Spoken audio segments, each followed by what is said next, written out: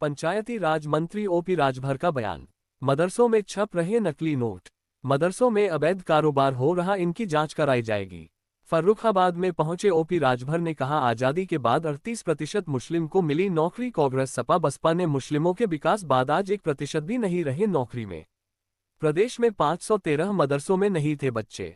मदरसा संचालकों ने दिया शपथ पत्र की गई मान्यता निरस्त। 700 और मदरसों की वही हालात। उपचुनाव से किसी की सरकार न गिरेगी न बनेगी। टिकट वितरण से ओपी राजभर संतुष्ट, मेरी पार्टी नहीं लड़ रही उपचुनाव।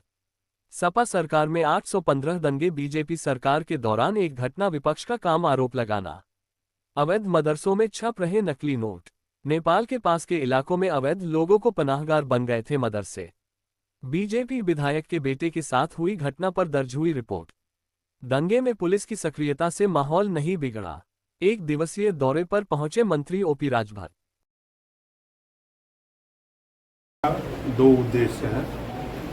पहला उद्देश्य है कि जो विभाग हमको मिला है, पंचायती राज अल्पसंख्यक कल्याण वक्फ बोर्ड, तो विभाग की समीक्षा पहली प्राथमिकता है कि आपके फर्रुखाबाद जिले में क्या प्रगति है, जो सरकार की मंशा है, केंद्र सरकार और प्रदेश सरकार की योजनाएं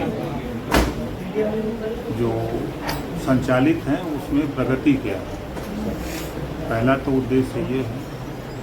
दूसरा उद्देश्य है कि हम एक पार्टी हैं, भारतीय समाज पार्टी, यहाँ एक कार्यकर्ता सम्मेलन भी है। दो उद्देश्य इधर हैं। ये में भाजपा के एक विधायक ने अपनी ही पार्टी के लोगों के खिलाफ FIR दिखाई है कि साहब दंगा ये लोग करवा रहे थे। इस संबंध में आपको क्या कहना है? देखिए, उनके बेटे के ऊपर कोई घटना हुई, इस घटना को लेकर उन्होंने FIR कराई और बहराइच घटना में तो हम धन्यवाद देते हैं वहाँ के प्रशासन को और ADG को कि उन्होंने बहुत सूझबूझ से उस घटना में सहानुभूति कर लीजिए, चाहे समझा बुझा करके कर लीजिए, लोगों को समझा करके उन्होंने जो माहौल बिगाड़ने वाले लोग थे उसको ठीक रखा। एक स्टिंग ऑपरेशन में लड़के कह रहे हैं कि साहब 2 घंटे के लिए पुलिस हटा ली गई, आपकी सरकार में अल्पसंख्यकों के प्रमाण पत्र की जांच की बात आपने कही, क्या किस तरीके की जांच होगी और कैसे उसको किया जाएगा? देखिए, MBBS में हमने जांच की बात नहीं की है।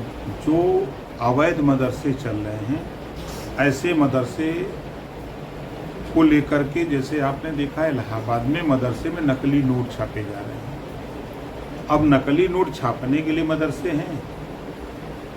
अब आप नेपाल के बॉर्डर में जो तराई इलाके हैं, जितने मदरसे हैं, आए दिन सूचनाएं मिलती हैं कि बाहरी लोग आके उसमें ठहरते हैं।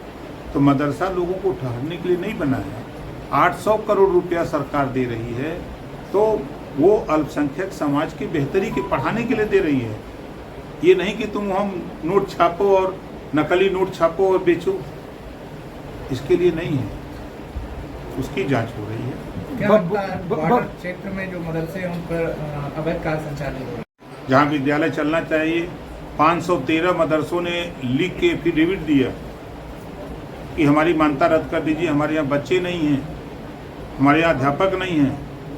जब हमने आधार आधारित अटेंडेंस शुरू कराया, हमने कहा कि डैश पर अपलोड करो अपने विद्यालय का, मैं मदरसे का, भाग खड़े हुए, आके एफिडेविट दे दिए।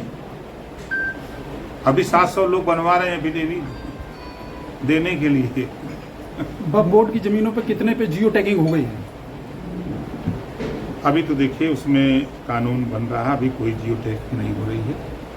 अभी उसमें बिल जो लाया गया है उसमें विपक्ष की मांग थी कि इसको जो है संसदीय समिति को सौंप दिया जाए, तो सौंप दिया गया। 3 महीने में रिपोर्ट आती है। एक मांग चल रही है जिस करती है, आपका इस समय विपक्ष भी आरोप लगा रहा है, आप इस संबंध में डिफेंड करेंगे? ये विपक्ष की साजिश है और विपक्ष को ये सोचना चाहिए कि जब उत्तर प्रदेश में समाजवादी पार्टी की सरकार 815 दंगे हुए, लगभग 1300 जन की हानि हुई, संपत्ति कितना नुकसान हुआ उसका कोई आंकड़ा नहीं। बसपा की गवर्नमेंट में 600 दंगे हुए और 1200 लगभग जन की हानि हुई। कांग्रेस तो रिकॉर्ड ही कायम बनाने वाली है, तो ये क्या बोलेंगे। और 7.5 साल के कार्यकाल में एनडीए गठबंधन, मोदी जी देश में और उत्तर प्रदेश में अगर हम बात करें योगी जी के नेतृत्व में, तो पहली घटना है जो इस तरह की घटना में एक जन की हानि हुई है। जिस तरह उठ रही है तो मांग उठने से क्या है। ठीक है सर, ठीक है। गोपाल मिश्रा की हत्या हुई है, समाजवादी पार्टी की तरफ से किसी का बयान नहीं आया, न पीड़ित के घर मिलने को गया। अब वो यादव होता तो बयान आता, क्योंकि जब यादव मारा जाता है तब अखिलेश जी का तो बयान आता है। ब्राह्मण, राजपूत, भूमिहार, यादव, पटेल, बिंद, केवट, मल्ला, राजभर मारा जाएगा, मुसलमान मारा जाएगा तो नहीं बोलेंगे, लेकिन मंगेश यादव का इनकाउंटर होगा तो जरूर बोलेंगे। जैसे बहराइच इनकाउंटर हुआ तुरंत उनका बयान आ गया, राजनीति शुरू हो गई। क्या देखिए, उनका काम है दंगे पे के दम पे राजनीति, हिंदू मुसलमान करके राजनीति किए हैं। मुसलमान उनको बोरा का बोरा वोट देता है और खाली झोरा थमा देते हैं कि ले जाओ, लेके घूमो, फिर बोरा में भरो, अब भर के फिर चुनाव आएगा तो हमको वोट दो।